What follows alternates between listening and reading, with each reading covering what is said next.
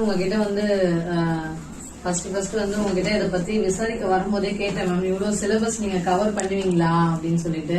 அதுவும் இல்லாம complementary class இவ்வளவு போட்டிருக்கீங்க, 2 months உங்களுக்கு பத்துவங்களா? அப்படிதான் நான் ஃபர்ஸ்ட் உங்களை அப்ரோச் பண்ணது. நீங்க வந்து அதெல்லாம் கரெக்டா இருக்கும், நீங்க வேணா நீங்க வந்து அட்டென்ட் பண்ணுங்க, அப்புறமா நீங்க என்னன்னு சொல்லிட்டு சொல்லுவீங்க அப்படின்னு சொல்றேன் மேம்.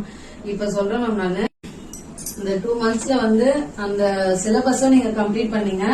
அதுவும் இல்லாம வந்து நாங்க கொடுத்த பீஸ்ல நீங்க காம்ப்ளிமெண்டரி கிளாஸும் எடுத்தீங்க.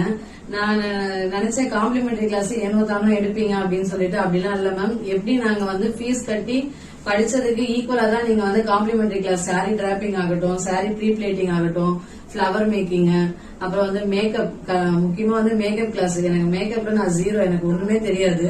சோ நானும் வந்து மேக்கப் பண்ணி வந்து ஸ்வீட்டி வந்து அவங்க ஏற்கனவே அழகுதான்னு அவங்களை வந்து ரொம்ப அழகாக்கிட்டேன். சோ இதுக்கு எல்லாமே காரணம் வந்து நீங்க மட்டும் தான் மேம். கண்டிப்பா வந்து நீங்க நான் ஏற்கனவே சொன்ன மாதிரி தான் மேம், நீங்க மேக்கப் ஆர்டிஸ்ட் கோர்ஸ் எப்ப ஜாயின் பண்றீங்கன்னு சொல்லுங்க. அதுல ஃபர்ஸ்ட் என்ரோல்மெண்ட் என்னோட பேரா தான் இருக்கும். நீங்க வந்து உங்களோட 35th பர்த்டேல வந்து ஒரு பெரிய அகாடமி ஸ்டார்ட் பண்ணணும்னு சொல்லிட்டு மேம் என்கிட்ட சொல்லியிருந்தாங்க. கண்டிப்பா வந்து அது வந்து சக்சஸ் ஆகும் மேம். என்னோட பெஸ்ட் விஷஸ் மேம். தேங்க்யூ.